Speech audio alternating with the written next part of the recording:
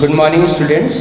आज हम लोग साउंड का सेकेंड लेक्चर पढ़ रहे हैं। इससे पहले हम लोगों ने साउंड क्या है, एक तरह की एक फॉर्म ऑफ एनर्जी है। फिर हम लोगों ने पढ़ा कि साउंड प्रोड्यूस कैसे होता है, तो sound is produce by vibration.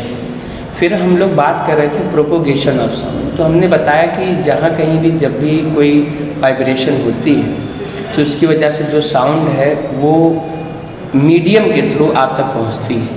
तो सबसे कॉमन जो मीडियम है जिसमें साउंड ट्रैवल करती है वो एयर है।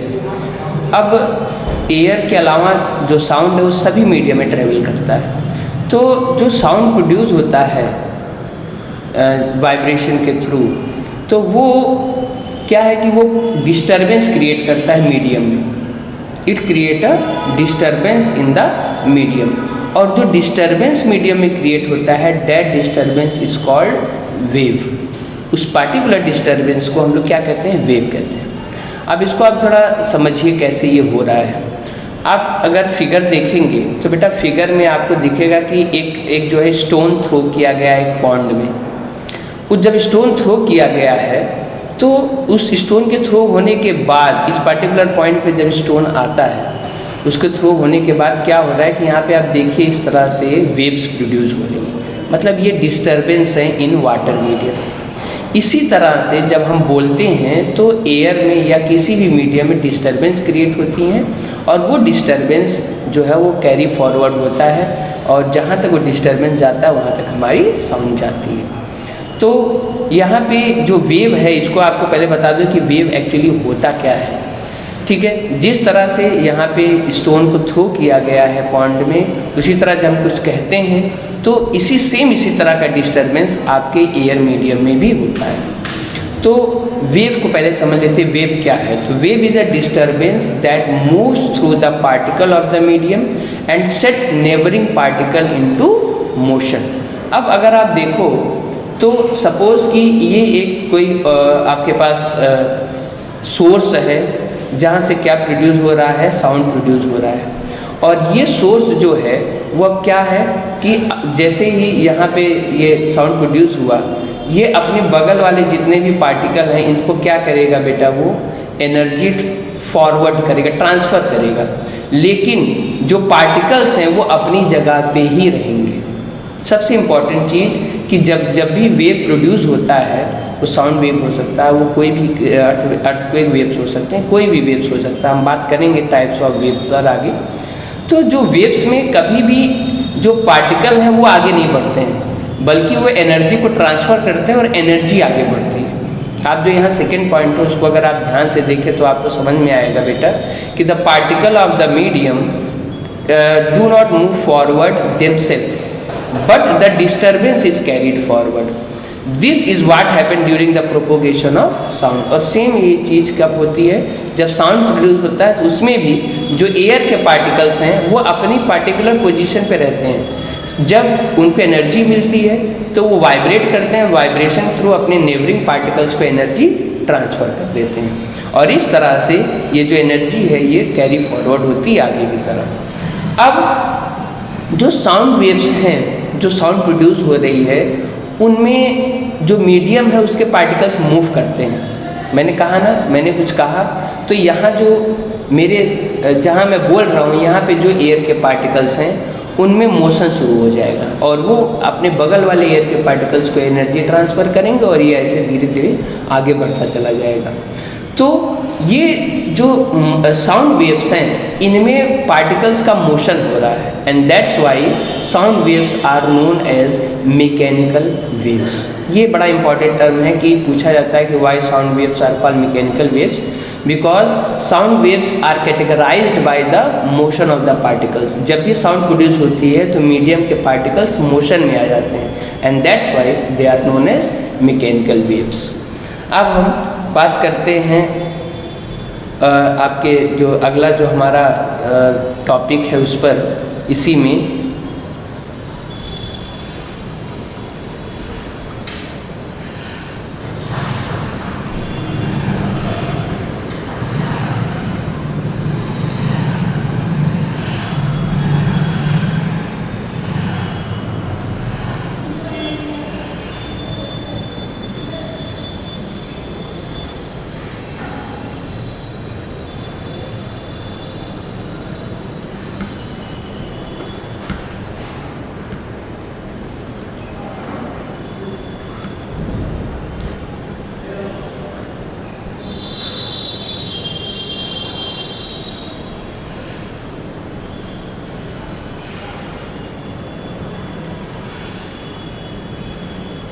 बेटा अभी ये जो साउंड वेव्स हैं ये जब किसी मीडियम में ट्रैवल करते हैं तो किस तरह से ट्रैवल करते हैं हम यहाँ मेनली डिस्कस करेंगे। मैंने अभी आपको बताया कि जो सबसे कॉमन मीडियम है जिसमें साउंड वेव्स प्रोपोगेट करते हैं, ट्रैवल करते हैं, वो आपका एयर है।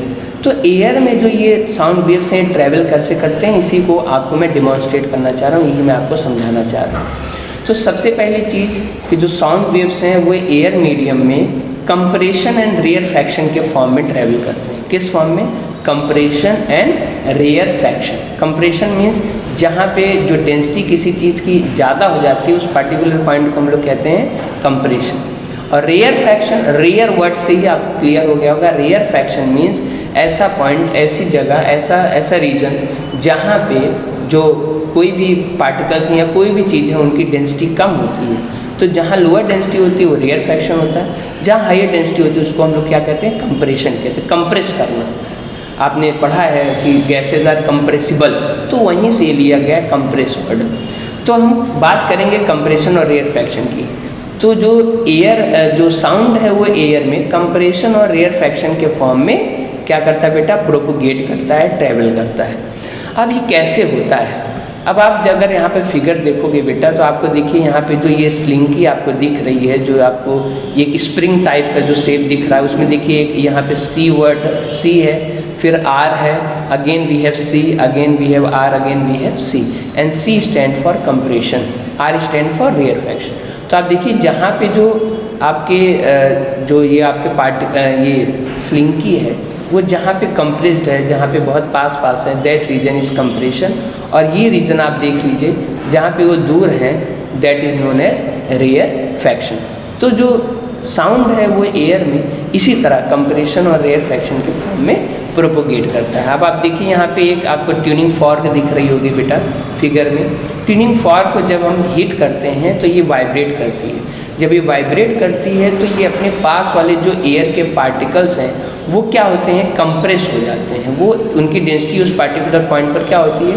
बढ़ जाती है, क्योंकि उनको एनर्जी मिलती है एकाएक। किससे? ट्यूनिंग फॉर्क से। अब ये जो जब वहाँ पे जब पार्टिकल्स पास हो जाते हैं तो कौन सा रीजन क्रिएट होता है? कंप्रेशन रीजन क्रिएट होता है।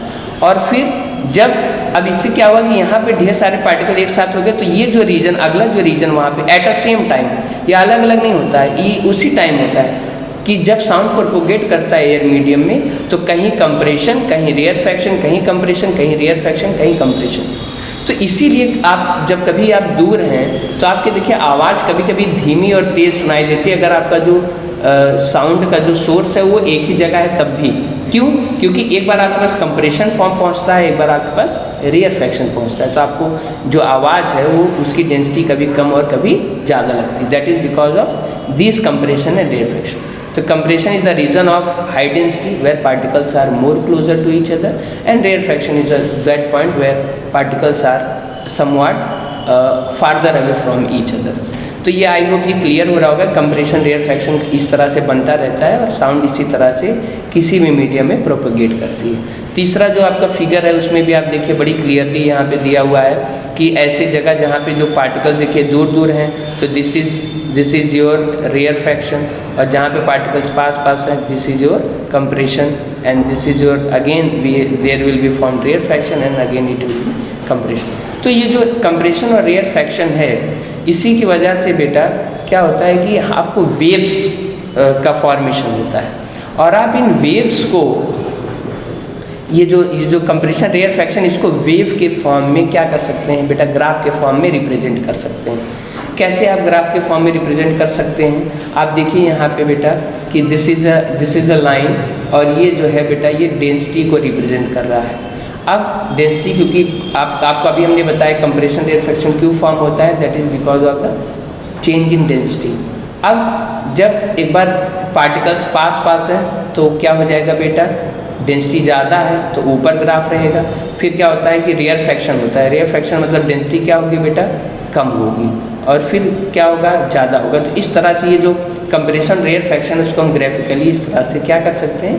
रिप्रेजेंट कर सकते हैं। तो वेव, साउंड का वेव में कैसे रिप्रेजेंटेशन होता है ये इस तरह से आपने देखा। डेंसिटी ऑफ एयर के थ्रू हम इसको रिप्रेजेंट कर सकते हैं। अगले वीडियो में हम लोग बात करेंगे कि जो है टाइप्स ऑफ वेव्स की टाइप्स कैसे कौन कौन सी होती हैं और वेव्स का कैरेक्टरिस्टिक्स। हमने अभी बता दिया कि साउंड वेव्स को हम किस तरह से कैटेगराइज करते हैं, किस तरह रिप्रेजेंट करते हैं। तो इसके बाद बेटा क्वेश्चनायर है और आप उस क्वेश्चनायर को सॉल्व करिएगा। उसमें ऐसे क्वेश्चन रखे गए हैं जो आपके लिए हेल्पफुल हैं, जो अक्सर एग्ज़ाम में पूछे जाते हैं और आप उनको बड़ी इजीली क्या कर सकते हैं, सॉल्व भी कर सकते हैं। एनसीईआरटी के इंटेक्स क्वेश्चन है। आई होप आप इसको जो वीडियो देखने के बाद इसको ईजिली सॉल्व कर पाएंगे। That's all, thank you.